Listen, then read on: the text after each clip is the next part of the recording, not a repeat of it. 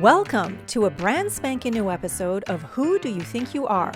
An exploration into how our thoughts, beliefs, and feelings create our reality. My name is Lastia Cahoot and I'm your host. I'm joined by my co-host on this show and in life, Glenn Sheridan. Every episode, we're joined by a special guest who inspires us to consider not only what we think, but how we think and how that thinking impacts our life experience. It's time to get this conscious conversation started as we ask today's guest, who do you think you are? Hello, everyone, and welcome to another episode of Who Do You Think You Are? My name is Lastia, and I am joined by my husband and partner in life, Glenn. And today we have a very interesting guest with us. I am so excited about the conversation that I know actually already is unfolding because we had a little bit of time to chat before. So our guest today is someone who genuinely takes joy in seeing people discover new things about themselves. His background is in training and development and managing teams. Speaking of teams, he actually used to play for the LA Rams. That's football, and football with, the one that's thrown in the air, not the one that's, kicked on the ground. And right now he is in the world of coaching. He is all about looking at beliefs that people sometimes consider truths, finding patterns and additional perspectives, and then developing and cultivating an increased level of happiness. And this is not only work he does with his clients, this is work that he has done himself. And in doing so, he has been able to forgive himself and find empathy for himself. And he has also found a renewed sense of self-authority. So what he says about coaching is that it helps him to bridge his work on himself with the desire to help others in leading more fulfilled lives. Now, he is also a father. He is a husband. He has this super amazing voice that is totally made for radio. So if you're not watching and you're listening, I know you're going to love listening to our guest today. So there's so much more to learn. I'm so excited to dive in. So let's start it off the way we always do. Kevin Riley, who do you think you are? What a beautiful opening. Vasco, Glenn, thank you so much. And I feel so welcomed after that wonderful introduction. I do want to note, as who do I think I am? I did not play for the LA Rams, and I did not play football, but I would have loved to. But who I am an evolving spirit. I'm a person who is trying to grow. I'm someone who is looking at where life is taking me, and I'm inspired to learn new opportunities, new things. I'm finding the gifts instead of finding the problems now. Mm-hmm. And that's been part of my evolution. So I'm growing, I'm learning, I'm curious, and I'm very excited to be here. Well, that's amazing. That's amazing. And I love the evolving spirit part of it. I love the finding gifts instead of problems. And I love that the intel that I received was totally incorrect. So scratch the sports part out of it. But yeah, let's focus on this evolving spirit and the gifts for now.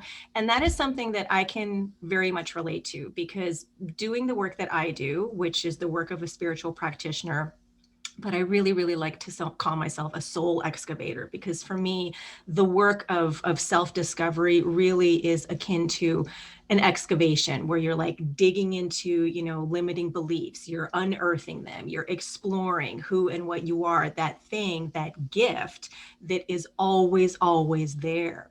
So tell us more about, what finding the gifts instead of problems looks like for you. It is a challenge and a journey, because look at where we are right now in 2020. Mm-hmm. It is so easy to connect with all the problems and all the judgment of what's going on right now. It's so easy, and it's something that we're very used to, because generally that judge saboteur, gremlin, or that judge spirit that's been in the back of our head for a lot of our lives will jump on those opportunities. But what is coming out of this? what are the gifts of this? What are the opportunities? Mm-hmm. And we're starting to see creativity happen.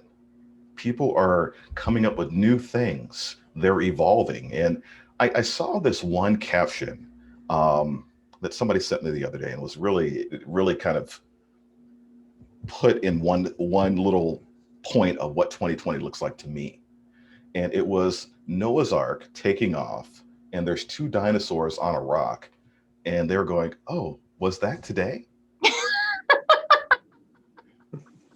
And that's where we are right now. There's new opportunities, new growth. The world is changing. It will never be what it once was. We don't know what it's going to be. Mm-hmm. But what if we came in with that curious spirit of what is new? What are the opportunities of it? How can I take advantage? What are the inspirations? I'll give you this one instance. I was taking a course, a coaching course to work on my certification. And in that course, the day before the course started, when the course was on Zoom, the day before the course started, I got some news from the doctor that said, "Hey, your medical thing came back, and this test is positive. You need a follow-up test." And I immediately went into, "Oh my God, this is the worst thing in the world. How could this happen right now? Of course, this is 2020." I delved into that just judgment and negativity, and it took me 2 days to really work and focus on what are the gifts and opportunity of this. And once I started to reframe my mind, I said, "Oh, if my previous job didn't lay me off at the beginning of the pandemic, I wouldn't have been forced, or I wouldn't have gone and gotten this check as soon as I did. Mm-hmm. And so I wouldn't have had this information as soon, and it could have evolved into something even worse." Mm-hmm. So it's just that reframing, because it was very easy to live in that moment of, "Oh, this sucks. Of course it happened now. My life is over. I should have stayed in that safety spot instead of going for something new and explore it." But what if you live in that other spot? Yeah. Yeah. What if? I mean, there's so many things that just came to mind for me right now when you were talking. Reframing, um, perspective, thinking, there aren't only two ways of looking at things. There are a myriad, there are infinite ways of looking at things. And so what do you want to focus on? I mean, one of the spiritual principles that we use in our philosophy is what you focus on expands. And so, what do you want to focus on? What do you want to create your life experience from? Do you want to create it from that, "Oh my God, this always happens to me. This is the worst news ever. It's only going to get worse from here"? Or, like just sort of take a moment and consider, "No, maybe even I don't know, what I want to create from or what I want to focus on, but it's not this," and allow yourself the opportunity, the gift in and of itself, to open yourself up to reframing and seeing it from a different perspective. And then because of that, coming up with something like, "Thank goodness that this happened because that led to this, which led to this. And now I'm here. And oh my gosh, even though it seemed like the worst thing at the time, it really is an amazing gift. And now I'm so grateful. Yay."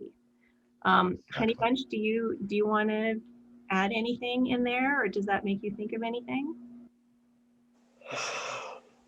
Yeah, I hear what you're saying, Kevin, about the it's sort of like a sliding door thing, If I hadn't done this, then if I hadn't missed that train or had been 5 minutes late for something, then in the short term, it doesn't look good. Maybe you get shouted at when you get at work to work or something, but it it just opens up another avenue for you that you can say, "Oh, no, in hindsight, that was like for my betterment, for my greater expansion or growth," right? Um, Apologies for the LA Rams thing. I just mentioned there was a lot of stuff on Facebook that you mentioned, and then I did listen to your son, you talking about your son, I think he was playing football, right? He played high And school, yes. yeah, so that kind of that stuck with me. I mean, I'm a parent too, so my daughter and my son from my previous relationship, they're in their 30s, and now we have a 16-year-old together, Lassie and I. But yeah, and back to what we're talking about here, it's sort of a, I'm completely all about the idea of multiple availabilities or worlds or probabilities.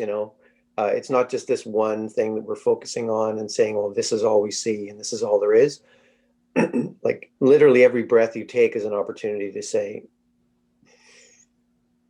just slow down, take in some new information and just change your vibe a bit, change your frequency, and just allow like the thoughts to come. And I think you mentioned in the podcast I listened to, The Vulnerable Man, which is excellent, both of them. Mm-hmm. That, the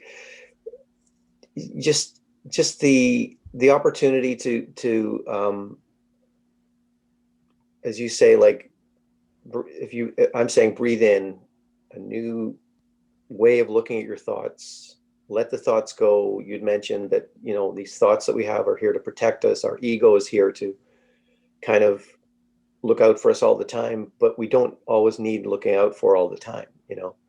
And we've got a greater being that we are, that we we can just sort of relax into, but it isn't always easy. Sometimes it's really challenging. Like you said, you get yucky information about your health, or a loved one in serious trouble or whatever.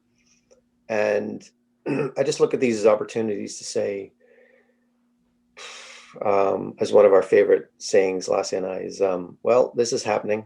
This is a guy, Michael Gungor from the States. I think he's a Christian pastor, but that's one of his sayings, is like, well, this is happening. It's like, not like, what are you going to do about it? Like putting you in an immediately negative or a kind of powerless state, but just like, it's happening and I'll breathe through it and see what I am on the other side. And who knows, it may be amazing. It may be way better than, as you say, the safer path that you thought we were on, or I thought I was on, but yeah. Okay.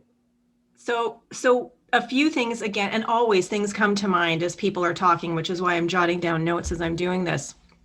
So one of the things that came to mind right now, and I'm so glad that you opened the door to parenthood, because I think, Kevin, you are the first guest that we've had on who is a parent of, like I said in our conversation before, of humans, because we have had people who are parents to pets, maybe even parents to businesses. I mean, I've always considered my first child my business that I had back in Toronto, and then Milana was my first human baby.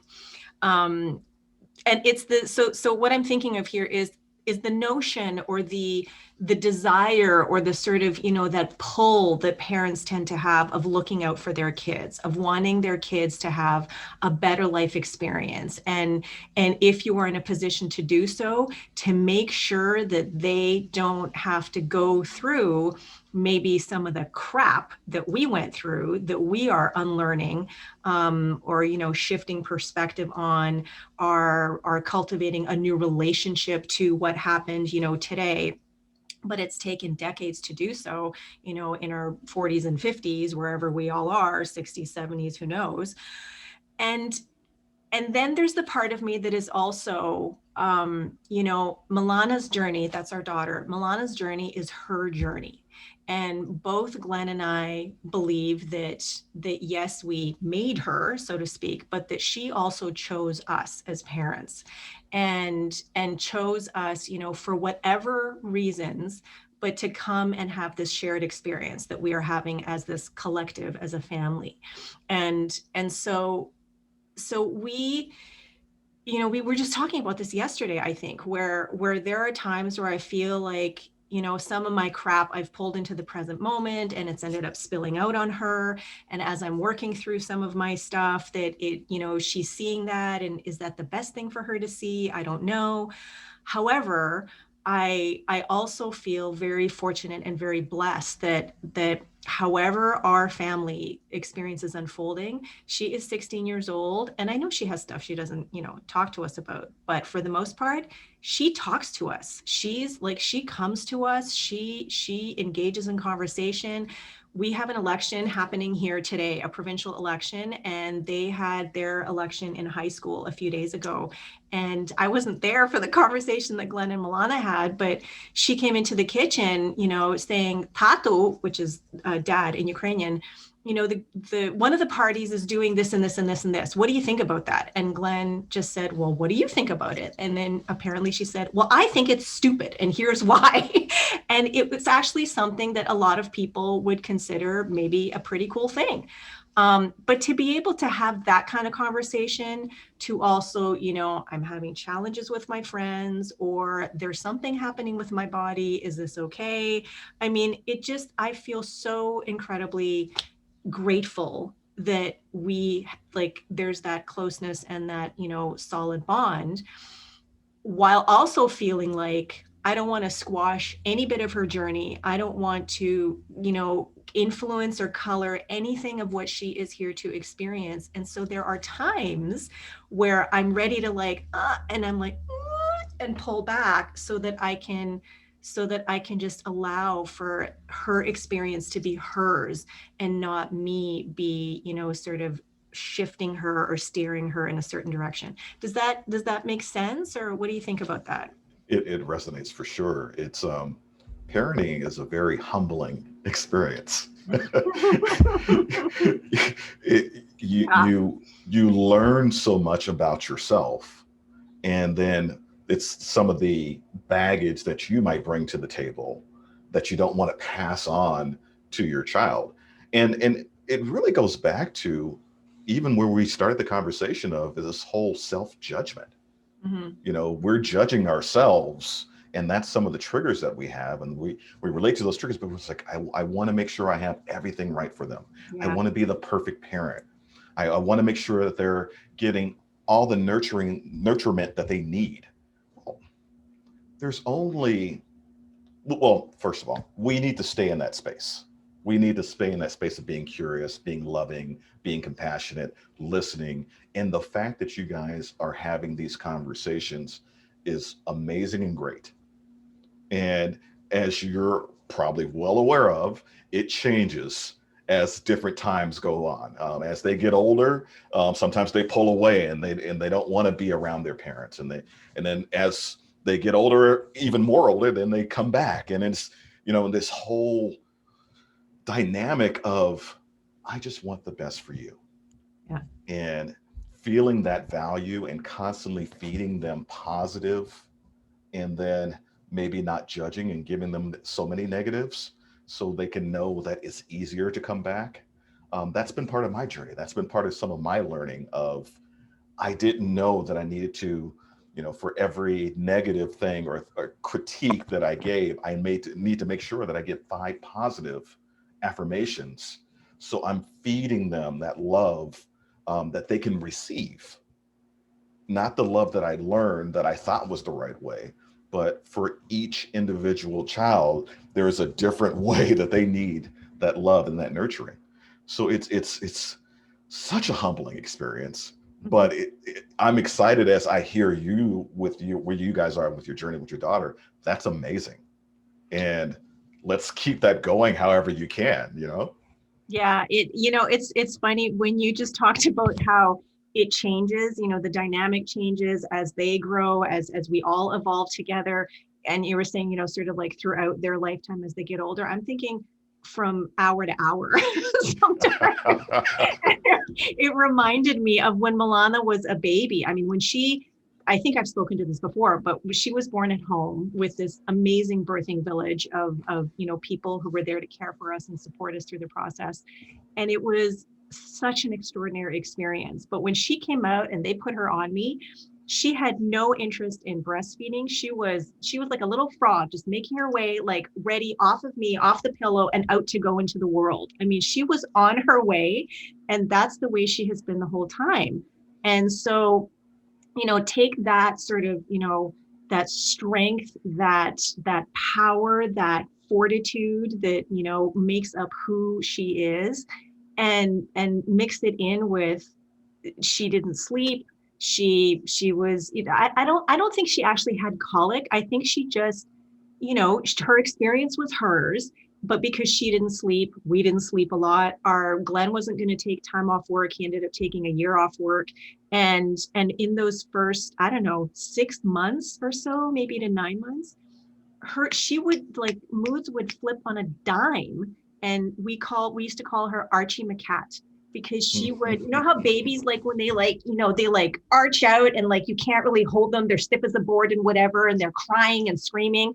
And McCat was moods as changeable as the tides, because she would do this, and then she would be screaming and flailing and kicking, and then, maybe like within 5 minutes she'd be cooing and happy and peaceful, and we're like, what is happening? And Glenn already had two kids that he had, raised, from when they were little, and so it was just such an interesting experience. And I feel like that moods as changeable as the tides is, happening now, in this teenage portion of our experience.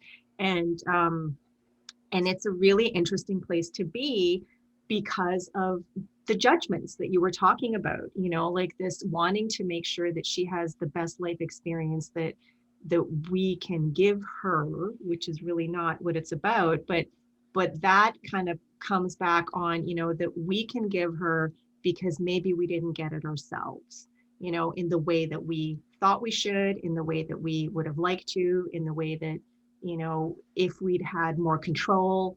Because I know our parenting style is quite different from the way that we would have been parented, or at least for me. I will speak for myself, Honey Bunch. I think that's true for you, but you can speak to that. Yeah, and I'd like to hear what Kevin has to say about this too. But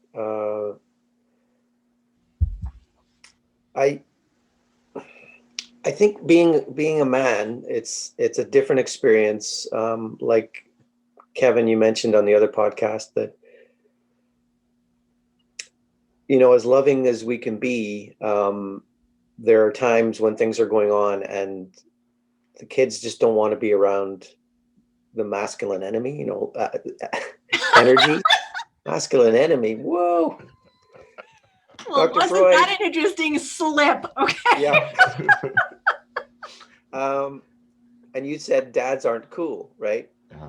There are times when it's like, sometimes it's easier to be the mothering energy in a challenging situation, or something that you kind of innately know, I've been through something like this, and I guess this is what I think about it, or I'm going to back off and whatever. But there are times when you really want to help, and it's just the wrong thing. It's the wrong word or energy, or there's not enough listening involved. But there's also this just thing of like, male energy has this positive forward movement kind of idea, and feminine energy in parenting is more inclusive, and it's holding, and it's kind of gathering, and that kind of thing. And I think men, especially if you have men raising children alone and women raising children alone, those are two very different experiences, right? I know when Lassia was doing her business early on, and I had Milana to deal with as a young kid, it was really challenging. And of course I had my work schedule as well. And I didn't, I felt like I was dealing with it as half a person, right? As like, I get half of this, I'm like half of the equation dealing with the big problem, the whole problem. And I'm sure, a single mother, or a person living alone who's doesn't have much support network, who's female, might say, no, we have that too. But I think there are different expectations about males being parents. And, like in my own life experience, I'm the last of 7 kids. I was born in Northern Ireland. And back in that culture, dads weren't expected to be around anywhere. Like they just expected to get out the door, go to work, bring the pay home, maybe go to the bar or whatever, have a few drinks with your friend, and they just weren't around. Like there was no male kind of part of the equation in some of those older generations, and they didn't learn how to be parents, and they'd probably, the whole generational trauma thing, they'd been through stuff, they'd lived with the lack, and they'd gone without, and they had struggles and this kind of thing. And everyone was just expected to be tough and don't talk about things and don't share your feelings. And, fast forward to the, 80s, 90s and on, it's everything is sort of flipped to a much more open, we're all expected to talk about our feelings. And hey, as a man, I don't always want to talk about my feelings. I want to feel my feelings. I want to know what they are, but I don't have to share them. And sometimes it's a challenge to know, when am I supposed to be sharing these feelings right now? But I don't know what you think, Kevin, about that. But Yeah, that's a great point you bring up, because generally men are raised, or boys are raised, to be tough. Don't show your emotions. Keep that in. Be a man. Those are some of the terms that are used as we're growing up. So they've been reinforced over the years. And then all of a sudden we have a child and we're like, we need to access some of that. It helps if we can access more than we're readily able to access. But the number one thing is to be aware. Be aware that we were conditioned. And see, the one thing I learned was I was in judgment. I'm going to keep using that word, judgment. I was in judgment of my father. And so I was disconnected from a lot. But my father was taught to survive. That was the one thing he was given, was survive. And his range of emotions were very limited. If he was happy, we knew he was happy. If he was anything else besides happy, it came out in a different energy. And so we didn't understand how to deal with those emotions. Those emotions were just very foggy to me. And so when I became a dad, that's what I connected with. That same, blocked off and not completely open and not accessing what I was feeling. But I'm gonna just change the dynamic. right. What if we started living in that world? What would happen if we started connecting with our children more openly, and we started showing our emotions, and you know discussing with our spouse or discussing with our loved ones how we're feeling about certain things? What can that open up? We're not used to it. It's not something we've been doing all our lives. But what if? Yeah. Yeah, and you're right. It's the culture thing, right? It's these stereotypes. I call them stories, right? It's all of the stories we have had available to us, and we get used to, and we just think it's the only story, right? You get so used to the same iteration, or many iterations of the same story, that you think, oh, there's only one story. But no, like when you're able to kind of zoom out a bit and see how other cultures are, you know, loving in different ways. They have the whole, there are many different ways to raise children, right? And there's, um, the problem is now there's a little bit of overload of like information and knowledge is all out there, and you can click a few buttons and see how people are doing it in in Amazon villages and this kind of thing, or in Finland in the north, or up here in Canada. It's like there's just different ways to be in community and in relation to one another. But most of our culture, it's kind of it's entertainment driven. It's like, it's there for a kind of money, right? So it's there to kind of reinforce negative stereotypes. And you have the same thing with media, right? Like media is so responsible for this idea that there's only one story in the world. Like 4 years ago, there was only one name that was being put out in media because, hey, that's what sold, newspapers. That's what turned people to channel whatever to watch. What is this guy doing? And now the new story is there's only one disease in the world, it seems, and like, okay. Like it's the just the opportunity to, like, in your coaching, you're going to have, I'm sure, many opportunities to help people just get in touch with themselves and be like, hear a different song, hear a different story, and then be encouraged to tell their own story, be creative about who they are, and love who they are, and be okay with not being okay sometimes, right? But maybe being willing to, to say, I'm willing to be okay. I just don't know how I'm going to do it at the moment, but, we'll go from there, right? Yeah. Well, I mean, what do we want for ourselves? Are we fully showing up in our lives? And how do we want to leave this legacy for our children? You know, it was very humbling when I made the connection to how the generations have passed on and we've been passing on the survival skill.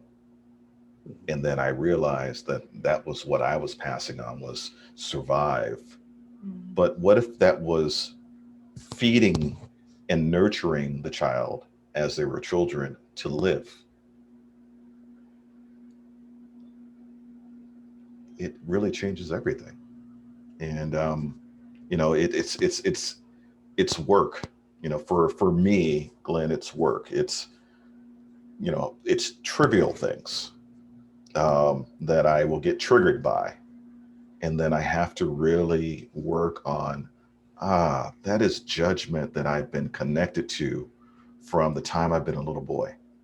Mm-hmm. And when I feel this way, I disconnect, or I get in this emotional place where I'm not as connected to my family as I want to be. So what mental fitness do I need to do in order to recognize that that is something that I'm connected to, but it's not the reality of this, not the full picture. It's only a portion. So I can fully show up in my kid's life, and I can fully be there and help them in the situations when they're having the challenges and what have you. Because as having a 16-year-old, I know it goes up and down. There's a lot of emotions with being a teenager. And then let's put on top of that, oh, there's a global pandemic. And so now some of the things that they thought was going to happen are now being changed, and we're changing the rules right in front of them to keep them safe. I have a 22-year-old daughter, a 22-year-old son, and a 31, 32-year-old daughter. And I get triggered by a lot of different things, and I'm going, I wish I would have taught that. But where I am right now, I'm listening, and I'm feeding and nurturing, and I'm trying to recognize that as a trigger, let that go, and what are some of the things that I can help so this can be a gift and opportunity for them later. Yeah. Yeah. So I have a question. I'm a parent of a girl. I have a daughter, and then I have, like I said, my business. Different relationship with my business than with my human baby. But I am a woman. My daughter is a girl, and so we have that big thing in common. Glenn, this Milana, she's of this crop, and then you have, excuse me, your other two kids from your previous relationship who are in their 30s now. One is a daughter and one is a son. And then Kevin, you have a mix of, daughters and a son. And so I'm curious because I only have really sort of this one relationship, even though I do have a relationship with Kate and Garvin. But they're in Toronto. They're not as, in our lives, on a day-to-day basis like Milana is. And they're adults. I mean, they're full-fledged adults. So is there a difference in how you relate to the daughters versus the son versus the daughters, as a parent? And for Glenn, I guess, is there a difference now, even though we've talked about this from time to time, but do you feel there's a difference for you now in the way that you parent or relate to Milana versus what it was like for you with Kate and Garvin when they were growing up? Anyone who'd like to field that, I put it out to you, gentlemen. Glenn, I'll tackle this one because tackle football.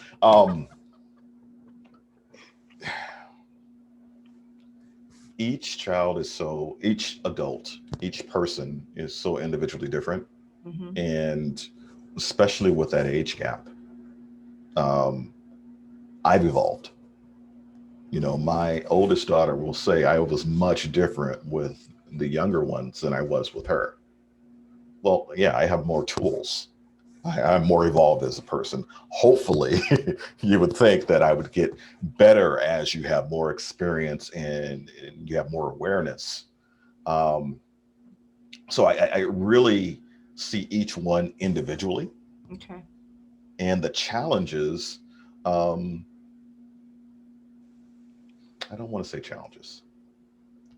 The evolution of our relationships is in constant flow. Mm-hmm.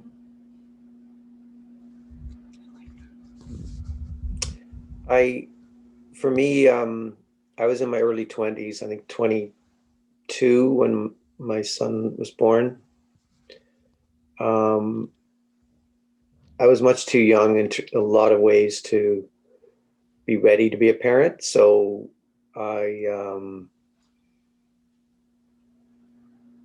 I think part of that was I was still parenting myself for another 10 years after that. I was still learning how to be who I was with all the bits missing that I thought. And to dip in and out of parenthood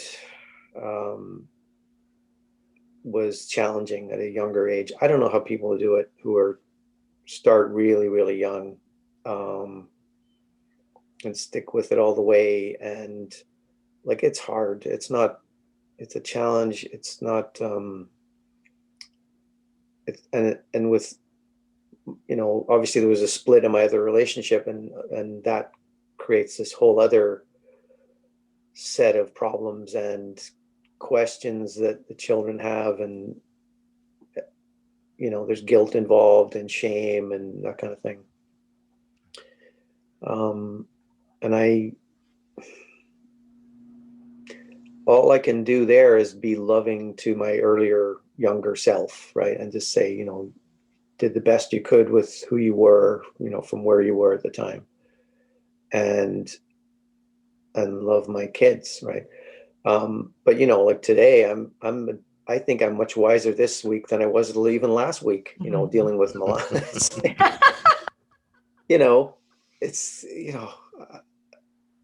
It's just like an ever, if it was a spiral going inward or outward, it's just infinite.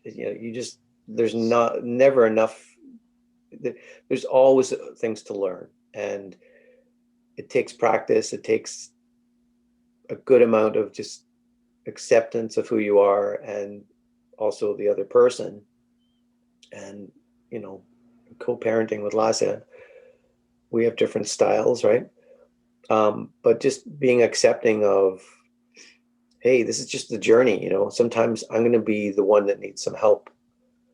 And sometimes I'm going to be the one I think that has all the good ideas, right? Okay, up for discussion later on. There's an emotional shift there. So, yeah. But yeah, my, like this parenting yourself thing, I'd never heard about it until a little while ago, but like it does make sense. Like everyone's doing that. Whatever the gaps were when you were a child, you didn't get enough of X, or people didn't spend enough time with you, or promote, or acknowledge you as a child that you're good at this thing, because hey, that was a waste of time, or why you doodling, or oh, why you always singing, or why kids have this thing where like they really just want encouragement, and they want to play, right? They want to be playful, preferably 100% of the day, right? And when we kind of forget that as adults, like play is really important, right? And I'm getting much more comfortable in my 50s with the idea of play is it's a component of life that we have to allow back into our lives, to just, instead of saying work hard, it's work, it's always work. Yeah, I know it's work to even have things like a yoga practice, or a meditation, or exercise, or whatever. That's kind of, there's a work aspect, but there's like a relaxing into it thing as well that you have to do, just, and that's the playful part, and just acknowledging your body and like your surroundings, your environment, to just like take it all in. And then the play thing is for me is creativity. Like I'm always writing little things, and and I enjoy that, right? And I think that if we can do that with our kids, and just say, look, let give approval and enjoy in the moment what they're doing when they're showing little crayon drawing they've made as a kid, or so even some project they're working on in school. Sometimes it's a bit, think, what are they doing there? But like, okay, oh, that looks good, great work. Be the teacher kind of thing, and then just move on, right? But yeah, it's like last I said earlier, I'm a big believer in this idea of like we pick our parents, because I pick my parents. I love them. They're both passed away now. My dad didn't get anywhere near as much love as my mom did from the kids, because she was the loving one, and and I think we people think that's a weird idea. Like, why would you pick parents that are poor, or we didn't have anything growing up. Like I don't think I spent a night in a house that was actually owned by a person until I was 16. Like it was always government housing kind of thing, right?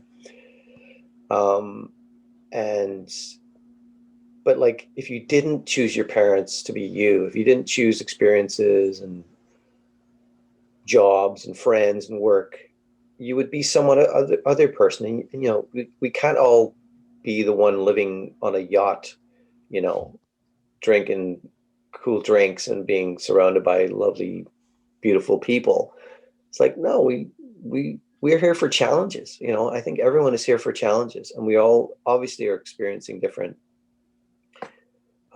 manifestations of the bumpy road, taking the crunchy with the smooth, or whatever. Like there's going to be some crunchy, there's going to be some things that you think, oh, I don't want this, I really don't want this, I don't need this right now. But you get further on down the road, you look back and you go, I'm glad, because I grew through it. I'm a new, I cracked the shell and something else came out, right? So, and I think you know that stuff, right? Yeah, I mean, it's funny because I was thinking as you said that, cracking the shell and going down this bumpy road of, okay, like a video game. You get to the next level, and there's new challenges on this next level. Now you have the new shield, and you have the new sword that you didn't have before. And so now you're able to go to this next level and fight new challenges and deal with new things. And you can look back and go, oh, wow, that journey to get to that point seemed difficult. But now that I'm here, God, that was a lot of fun. There's a lot of learning in that. And Glenn, you mentioned one thing, and I just want to point back to it because I think it was so critical and so important, was that forgiveness for yourself. I was a young parent. Same. I was a young parent. My daughter is 21 years younger than I am. So I was 21. Um, that's how the math goes, Kevin. Um, but, I had to have empathy for myself for the mistakes that I can really recognize now that I was making, being a young man trying to be a dad, thinking I was being a dad, thinking I was doing the right things, and looking back on it, and I just kind of go, ugh, but I don't dwell in that. And so what I see a lot of men doing is they get into this victimhood where, it's like, oh, well, I was raised this way, and because of that, and they won't change, and they're stuck. Yeah. Yeah. But taking that journey, leveling up to that new level is part of that evolution. That's part of that growth. That's exciting, because then these, and maybe our younger kids might see it a little differently at the time, but we're also showing them that we have the capability to evolve.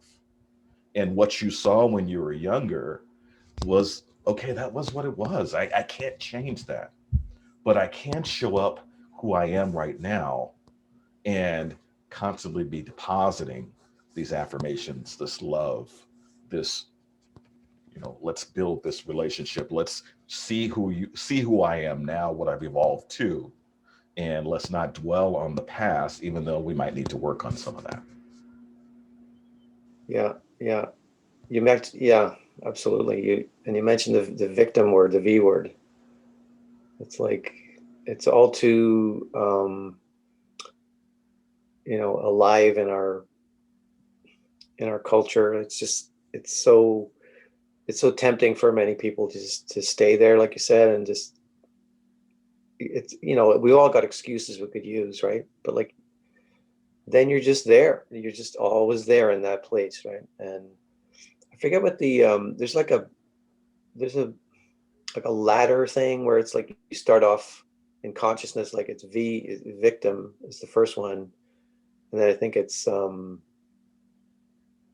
vessel, like you're just something that is filled with experiences or whatever, and it builds its way up to like victor, and then I think it's verity, or it's like truth, right? But I don't know where I am, but it's like these challenges that we have, on paper you don't always want them, but they look nice on your resume when you get past them, right? So it's like, anyway, back to my wife, what do you say? Okay, well, so as you gents have been talking, there are a bunch of words that sort of have popped up on my paper here with all of my notes. And I'd like to ask you a question that was actually asked in my advanced consciousness studies class that I was in Thursday night. A question I couldn't answer. And I had this total deer in the headlights moment when our teacher asked me first. And I'm like, I just mouth agape, eyes open, and he's like, too long, next. And then everybody else in the class proceeded to offer up what they had to offer. So when I hear words like creativity, curiosity, inspiration, evolution, learning, taking the crunchy with the smooth, parenting is a very humbling experience. Now that's just specifically about parenting. Judgments, finding the gifts instead of finding the gifts instead of problems, challenges, that's the crunchy and the smooth, and journey, all of that kind of stuff together.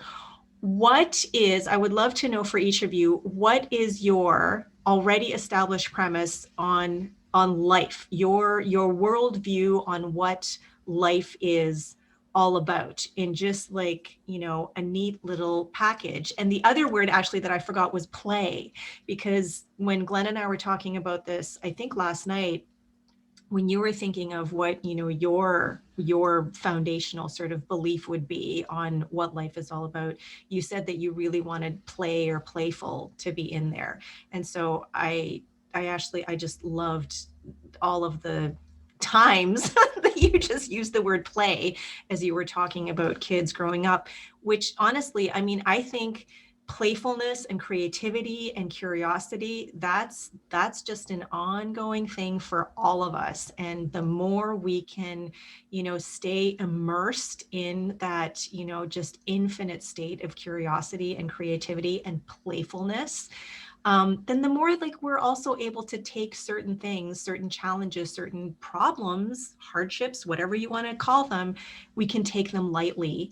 And then that's kind of when it brings it around to, it's just happening. It's just what's happening. Life is happening. It's not happening to me personally. It's not an attack on me. It's happening. And what is up to me is to like, okay, now how am I going to respond? How am I going to move through? Which direction what am I going to focus on? What gifts am I going to discover along the way?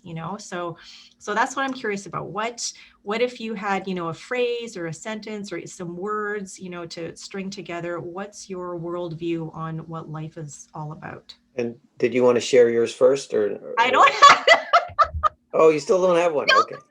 it's and okay, so I'll preface this with, I was so stunned because I wasn't prepared for the question, and then realized as my mouth was open and nothing was coming out, and like just nothing was downloading, uploading, radiating, nothing. As I heard the next few people talking, the thing that immediately came to mind for me, which is not an already established premise that I want to live from, is that life is hard. And it took me by surprise, because I thought, really? There's like, that's still in there somewhere, that life is hard? That's not what I want to be creating from. And so now I'm still like, okay, plus I'm also, from a branding perspective, is like, what are my 3 words, like create, play, this. But yeah, so I don't have one to offer yet. I'm still working on it, but it's not life is hard. I can tell you that. That's your dad's influence, right? Well, you know what? I mean, that's generational, that's multi-generational, that's cultural, that's race consciousness, globally. Like there are a lot of people out there who think life is hard. A lot. And that work is hard. That work is a heavy, like it doesn't have to be work. Work is something we do. Work is something we engage in. Work is part of the process. It doesn't have to be this like big, heavy, crushing, thing. So anyway, coming from that survival perspective, work is hard. Mm-hmm. That's really calling that perspective out. Mm-hmm. And there's so many people that live with that. I look at life as like a sequoia tree, a tree that's been around for 10,000 years. And so while, 70, 80, 90 years seems like a good amount of time for us, the sequoia is like, okay, this is a moment in time. Yeah. It doesn't dwell on that short thing. It is more in there for watching life for everything that it is, for all the decades and centuries that it's been around. And it gets a different perspective. It looks over everything. Mm-hmm. It sees all. And it might seem like a short period or a long period for us, but for the sequoia, I grew a couple inches in that time. So, do you have like either now or Kevin or in the past, have you had kind of a catchphrase, a mantra, an idea, or even a very, very short quote that you just know you can always go back to? Like one of the ones I really like, it's more of an observation, but it's like a just be chill kind of message, which is Abraham Hicks, the channel personality, whatever. He basically always says, you never get it right and you never get it done. Like wherever you get to in your life, there's always more. You think you've finished? No, there's more. And you never get it right, meaning like perfection is sort of it's a bit of a trap, right? It's like it's just experience what you're experiencing and don't get hung up on, oh, I could have done that better. It's like if if you did it the way you did it, that's fine, but you can strive for more because there's always more available to you, right? Anyway, that wouldn't be mine, but I like that idea of, so that it helps in things like parenting, like, or just relationships with people. Like, don't worry about it, like things will come out of you to, help you grow and that kind of thing. I think the closest one I have is, uh, that I'm safe. I'm safe here. Whatever's going on, it's fine. There's no, like, I can trust in the universe. I can draw on whatever part of spirit that comes through me, and I'll get through. I'll get my I'll be different at the end of it or after it, but it's fine. I may not enjoy all of it, but knowing something like that, and I know people of faith, when they really go into that deep place of faith, they kind of, that's what they're tapping into, is this connection with God or whatever. And it's like, I have faith that dot dot dot, um, love will be there for me, that kind of thing. But anyway, if you have any snappy suggestions, let me know. It's as I sit with the question, it's really, how are you showing up? Um, and being curious throughout life, just being curious, not being stagnant. And I go back to before I started working on myself, before I really started having empathy for myself. Um, I would have this at work, wherever I worked. I had this one little phrase, and it's funny to me now, but this is what I live by. It was, that's why it's called work.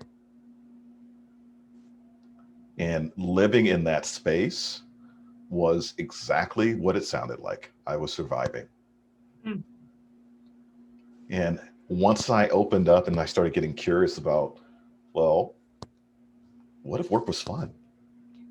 What if I enjoyed doing something on a daily basis? What if I woke up in the morning and I was just like, all right, let's get this done. I'm excited about what's going to come up out of this. Yeah. And when I started working with people and started working with helping people discover from within, all of a sudden, then I started realizing I'm living my design life. I'm living what my goals are. I'm heading towards my North Star. Mhm. And that really changed a lot. I don't have it down to a phrase yet, but I think after we get off this call, I might try to work on that and see what that turns out to be. So a few things came up just now that I would like to touch on, if that's okay. And Glenn, you said something about like going deep or something like that, and that made me think of meditation, which is something that is a part of my daily routine. And meditation for me, it changes from time to time. Sometimes they're more active ones, which are more visioning sort of oriented. And then there are other times where it's silence. It's like really going.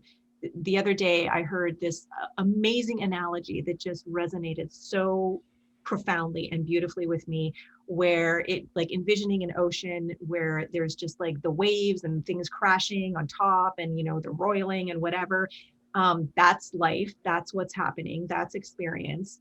Underneath, where there is absolute calm and peace and stillness and just this like infinite expanse that just doesn't seem to end. that's who and what we truly are.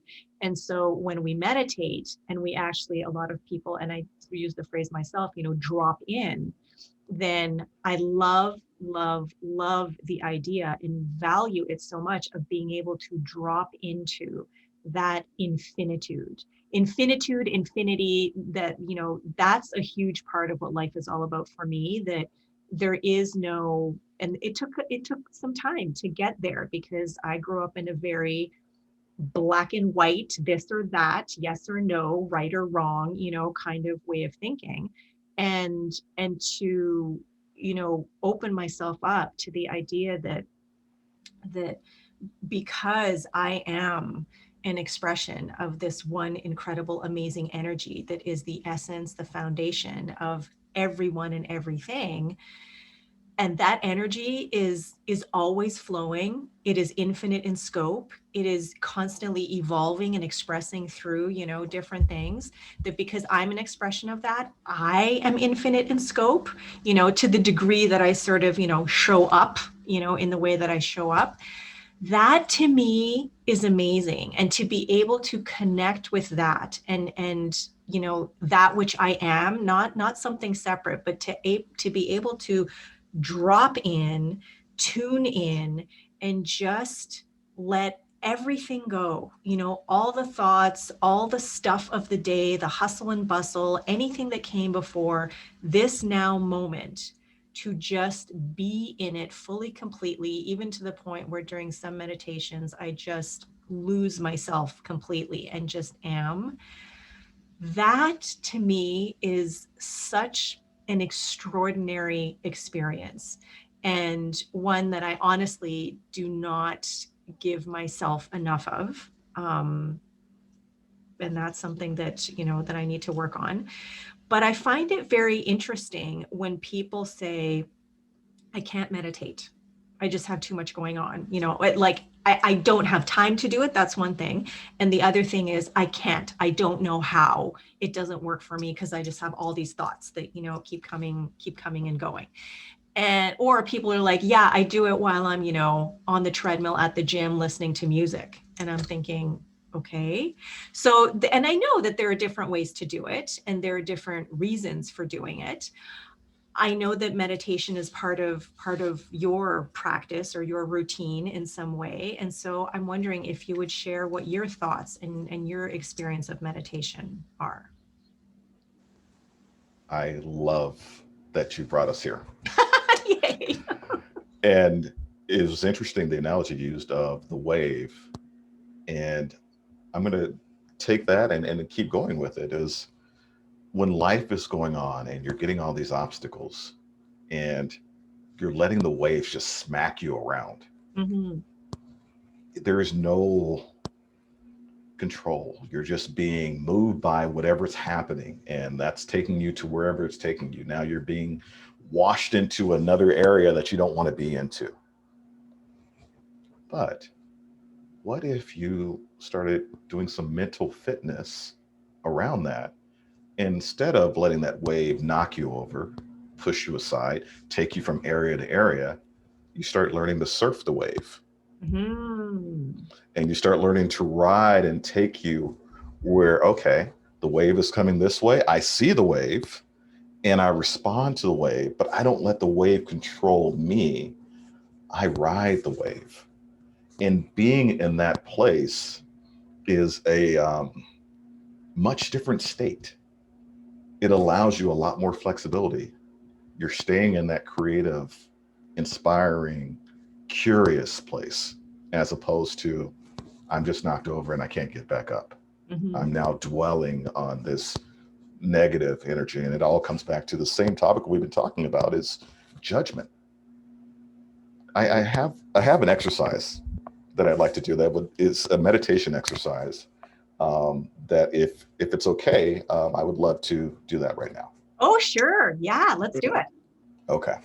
So let's start with, let's get ourselves centered and put our feet on the floor, spine straight, head right in front of us.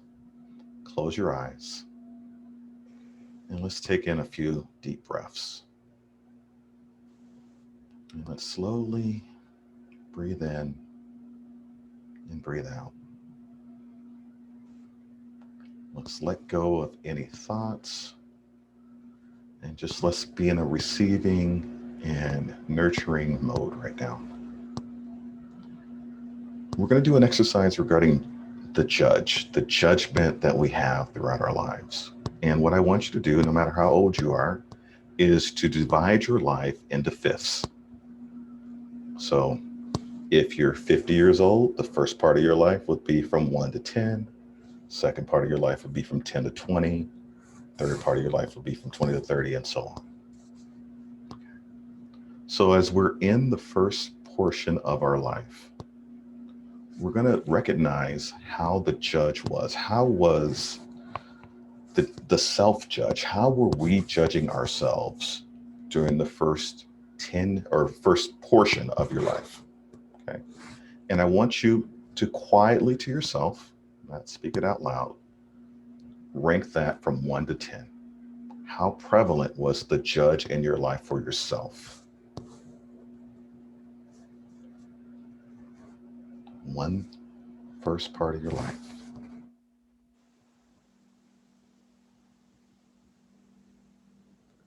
Now, as you're in that place, I want you to think about how that judge was for others. How was your judgment for others on a scale of 1 to 10? 10 being the highest during that same period.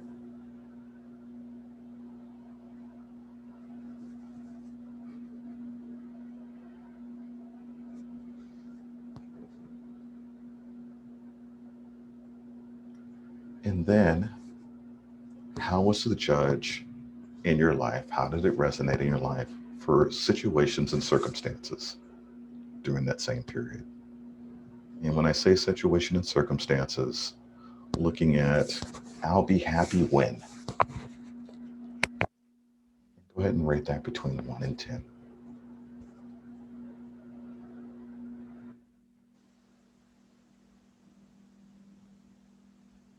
Let's go on to the second part of your life. How did the judge resonate for yourself? How was the judgment of yourself during that period? Get that between 1 and 10.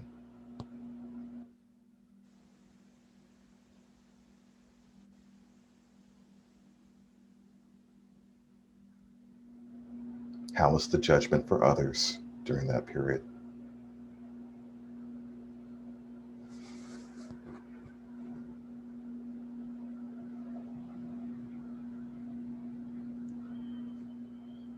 And how is your judgment for situations and circumstances? I'll be happy when.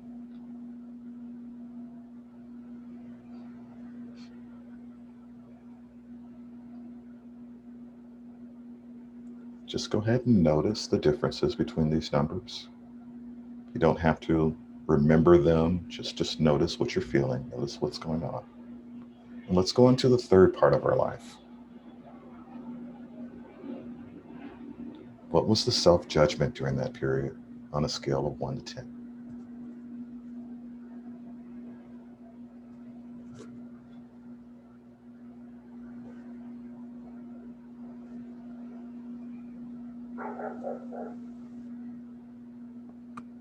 What was your judgment towards others?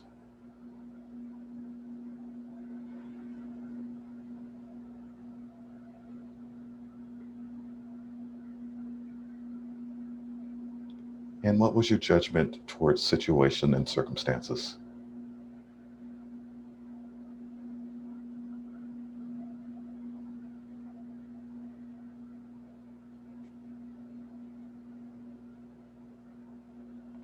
Let's go on to the fourth period of your life.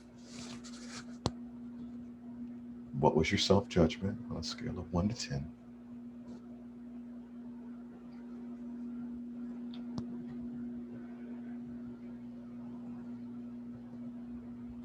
What was your judgment of others?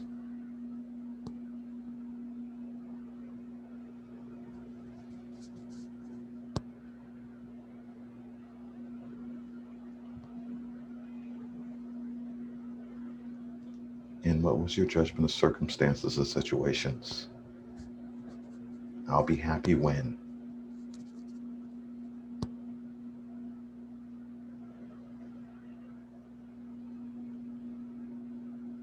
Let's go to the last period. And that should bring us up to where we are right now. And what was your judgment of yourself during that time?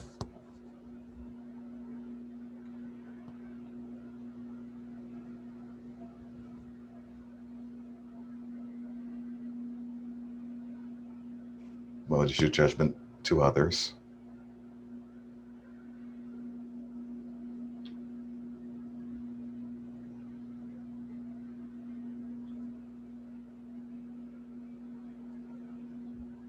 And what is the judgment of the circumstances and the situations?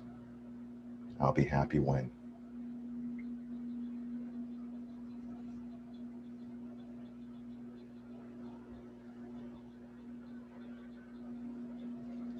Now take a few moments before we come back and just recognize how the judgment has changed during this period. What insight do you have regarding this judgment? What are you recognizing?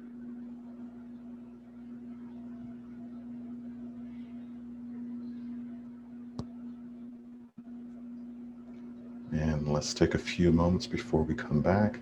Take a couple deep breaths in, let them out.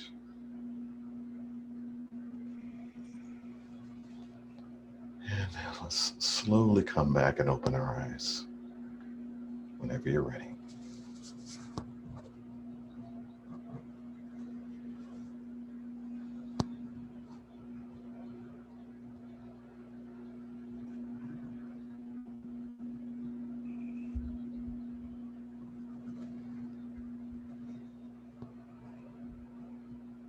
What's there?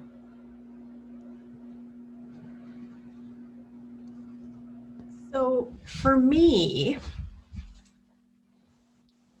I found that there were different answers to the different questions, and there were different levels of judgment from stage to stage, decade to decade.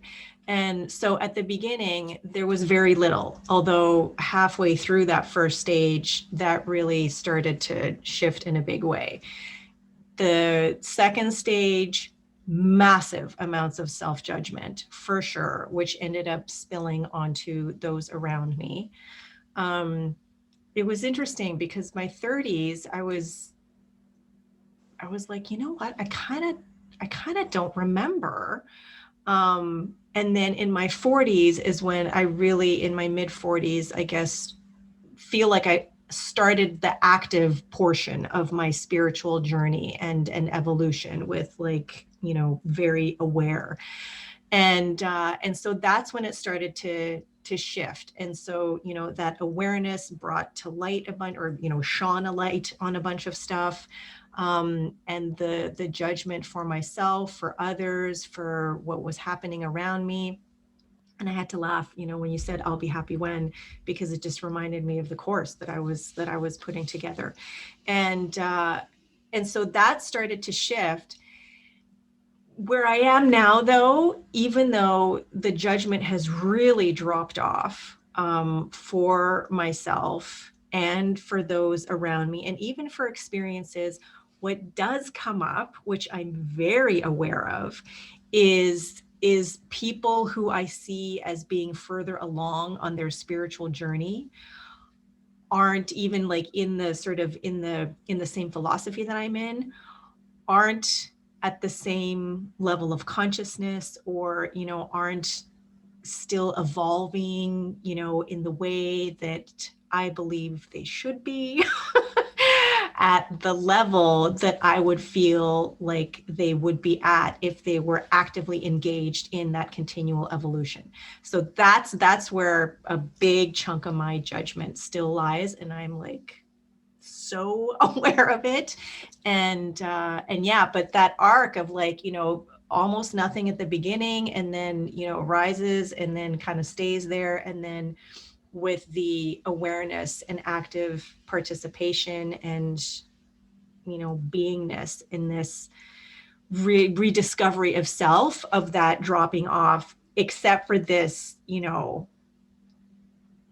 looking to my mentors and teachers and those around me and whatever, thinking, you know, you say you believe in this and you do this. However, your life looks like this. There's a disconnect for me there. So that's where my judgment lies right now.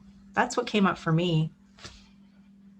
And the just curious, as you went through the journey, what surprised you?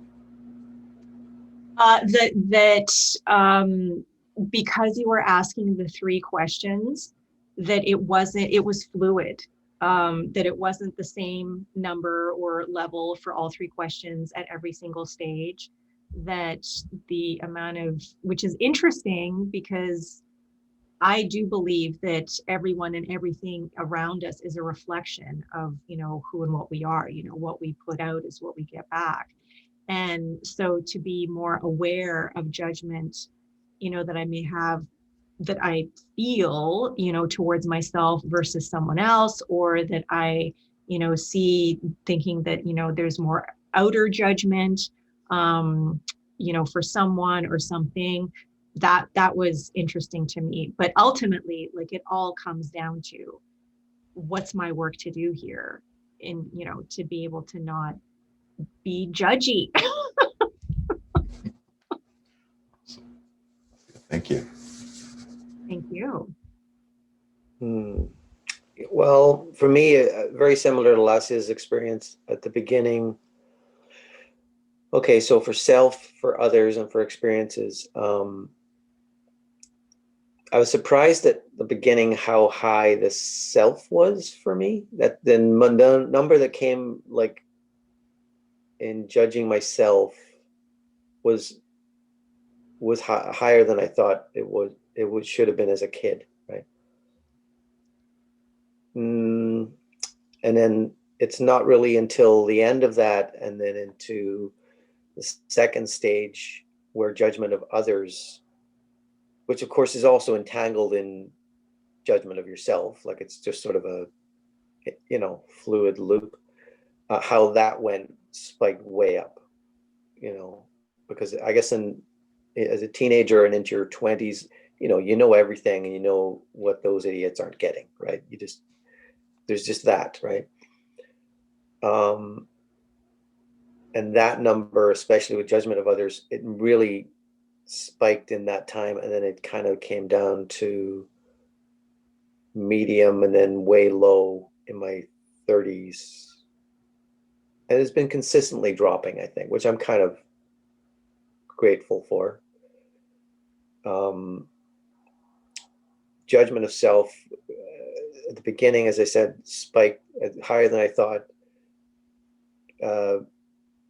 Came down around the mid part of my 30s, so the fifth, and then has been, again, tailing off to, you know, it would be like, I can't do this with the thing, but it's, you know, like that, and then medium, and then just kind of down.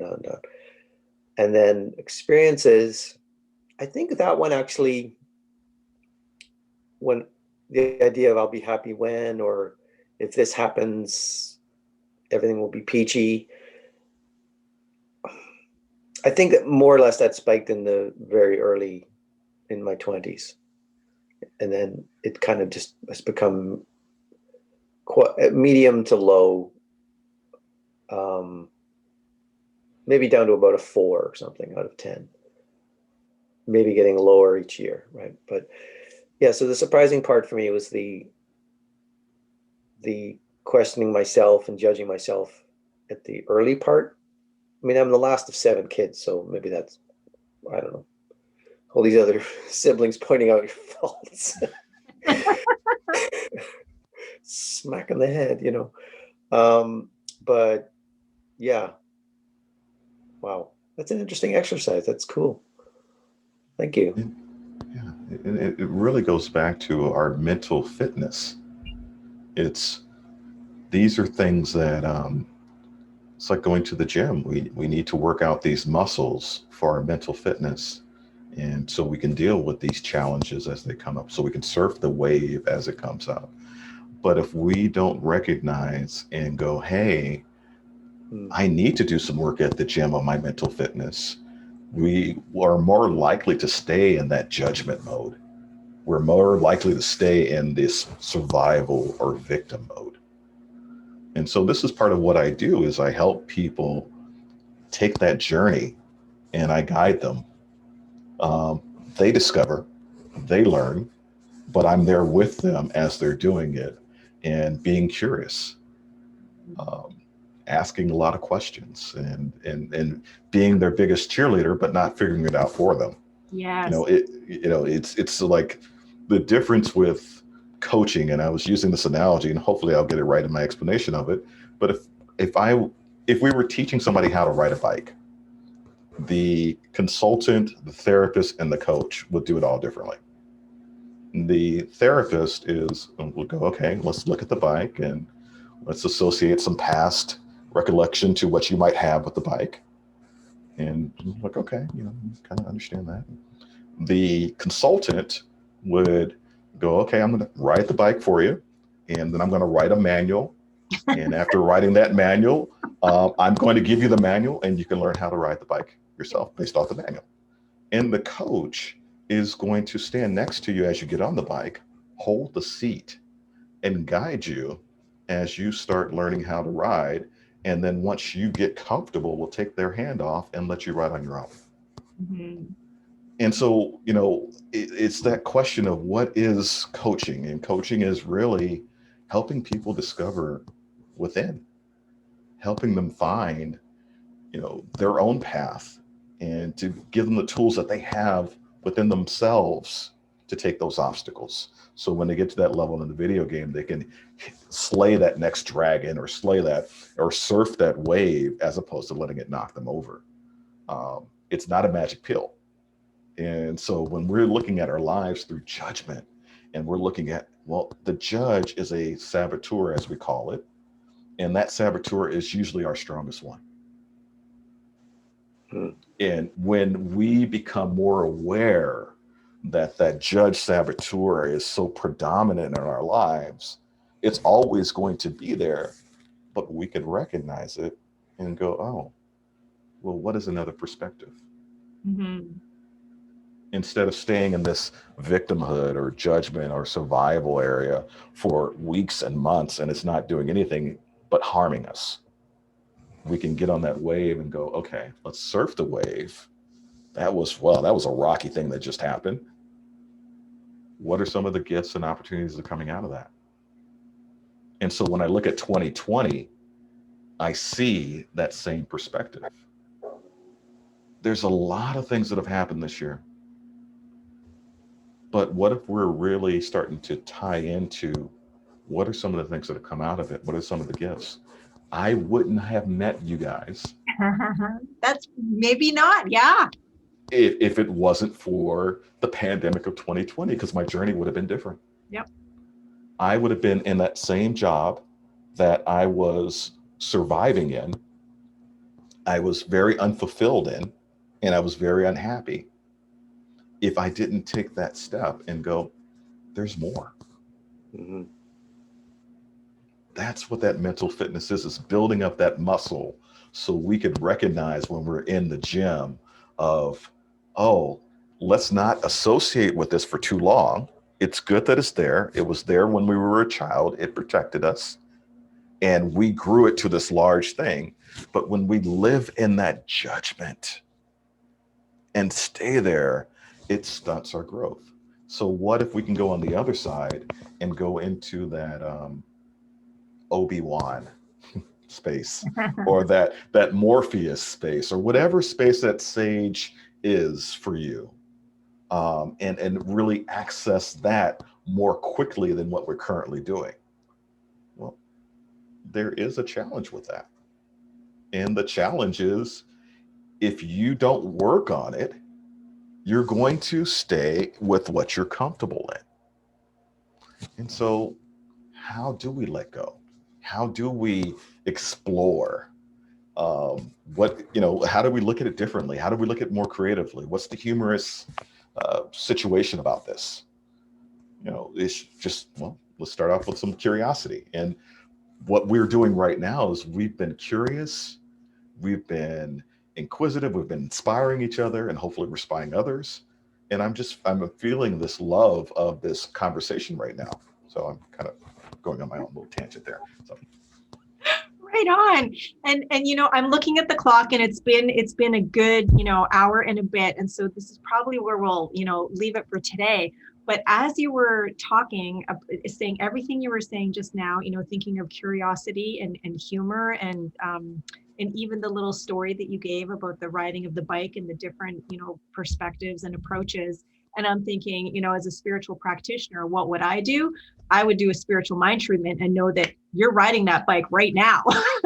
And, but I'm thinking, back to how we started the conversation with your little joke about the dinosaurs and Noah's Ark, and oh, was that today? So what are the dinosaurs doing? What are they're sitting there watching the Ark take off, something's going to happen. So what's the gift for them? What is it? And because we have our thoughts of like, they literally missed the boat, but that's our trajectory. That's, our perspective. For them, it's like, oh, was that today? Oh, well, now what? Now there's this massive wave coming that we get to actually like surf and ride and see where it takes us. And it's funny, but it's like, yeah, let's open up our minds to those infinite possibilities and to, like live in that sea of creativity and curiosity and remain open, because it's all there. It's all accessible. We get to choose what we focus on and keep exploring and discovering those gifts, because ultimately, like that's who we are, and that's what life is all about, right? So those dinosaurs, they're probably having a good time somewhere doing whatever it is they're doing, not even realizing that they missed anything except for being on the, Ark to begin with. They're creating their own reality somewhere. I love that perspective. I love that point. And I will say this is the Ark has not left yet. Mm. It's that little extra of, historically, we know what happened to the dinosaurs. Mm-hmm. So are you going to stay a dinosaur, or are you going to get on the boat? Are you going to jump into that curiosity and really be brave and start getting to know yourself? How do you show up differently once you do that? Mm-hmm. Yep. Yeah. Okay. Well, I say we tie a bow on this today, and then if you're game, Kevin, at some point down the road, we would love to have you back and talk about whatever else it is that wants to, bubble up during our time together. For now, though, Honey Bunch, I'm going to hand over the podcast reins to you for our rapid fire question round, which we have yet to name, but let's just call it the 60-second rapid fire question round, where Glenn is going to ask you some questions. Don't even think, just whatever comes to mind, answer. Glenn is going to ask them just as quickly. Yes, I am. I'm learning. And then then he will tell you what you've won. Okay. Notice the air quotation marks there. For those people listening, there are air quotation marks around the word won. So before we start the timer, can you pick a number between 1 and 307? 2. Oh, look at that. Okay, and the first 2 questions are just questions, and the rest are, what do you like better, this or that? Okay, see right there. Here we go. Okay, no, hold on. I got to give you the start. And go. Do you sing in the shower? Yes. How many tattoos do you have? 0. Which do you prefer, Bob Dylan or Bob Marley? Bob Marley.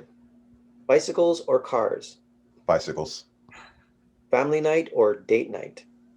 Family night. Star Wars or Star Trek? Ooh, Star Wars. Sweet or savory? Sweet. Outer Limits or The Twilight Zone? Twilight Zone. Walking on the beach or in a forest? Beach. Trick or treat? Treat. Brazier or Newhart? Newhart. Coaching mature clients or younger clients? I pass on that question. Cats or dogs? Dogs. Stax or Motown? Motown. Done.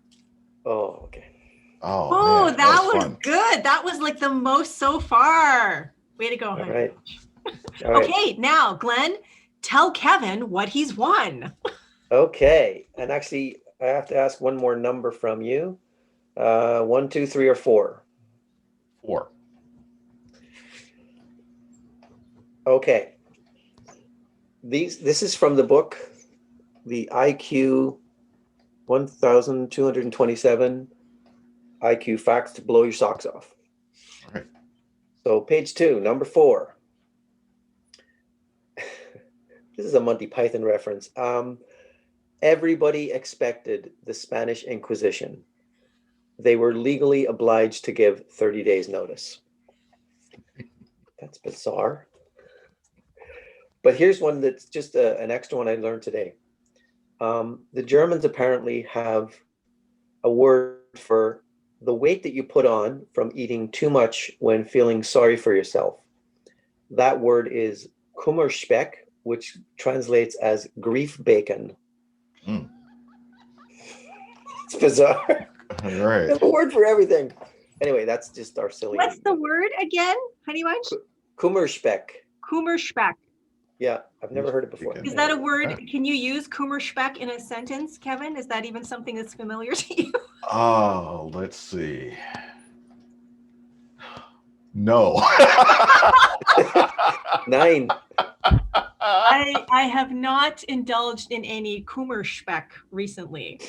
Or my Kummerspeck, no, that's because it's the weight. It's the weight, right? Not the food. Yeah. Is there a vegan version of grief bacon, I wonder? Yeah, beyond. Wow, that's silly. Beyond bacon. Anyway, okay. Well, Kevin, thank you so much for being here today. It was such a pleasure, such a delight, so insightful, so inspirational. And yes, if you're game, we would love to continue the conversation another time. For now, if folks would like to get in touch with you directly, what is the best way that they can do so? They can reach me at my website at rileycoachingservices.com. That's RILEY coachingservices.com. They can email me at Kevin Riley at rileycoachingservices.com.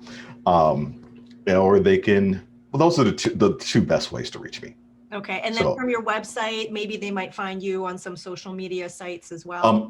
There's links to my social media on my website as well. So if you go to my website, you can, or if you'd like to schedule an appointment or schedule a introductory call, you can do that through the website as well. Fantastic. Okay, that's awesome. Thank you once again. It was just so great. We didn't even talk about how we met. And that really, when you were talking about, how if not for COVID-19, then we wouldn't have necessarily met. I went to the event we met at was online. Yes. And chances are I would not have attended if it had been an in-person event. So, thankful for that. Anyway, so gratitude. Love. Thank you so much for who you are, for just being such a beautiful, wonderful, soulful presence, and for this amazing conversation that we have had today. And I really do look forward to having more conversations down the road, whether it's on the podcast or beyond. And thank you, Honey Bunch, for everything that you bring. to Who Do You Think You Are? And thank you to everyone who watched, who listened. We are so grateful for your interest, your support. And if you are watching on YouTube right now, then please go and hit that subscribe button if you haven't done so already. Like the podcast if you liked what you heard. And then when you do subscribe, you will get notifications of future podcasts as they're released. Okay, so thank you, Kevin Riley. Thank you, Glenn Sheridan. My name is Lassia Cahoot, and this has been another episode of Who Do You Think You Are? Bye for now. This has been an episode of Who Do You Think You Are? An exploration into how our thoughts, beliefs, and feelings create our reality. My name is Lassia Cahoot, and I have been your host. My co-host has been Glenn Sheridan. We'd like to thank the following for helping make this podcast a reality. Today's special guest, Kevin Riley. Music, Vasco Lourenco, copyright 123rf.com. Background illustration, sakkmesterke, copyright 123rf.com. For more information on this podcast and our Lassia Cahoot Soul Excavator, please visit www.lassiacahoot.com. If you like what you've heard, please like, subscribe, and or let us know by leaving a comment. Thanks for tuning into Who Do You Think You Are?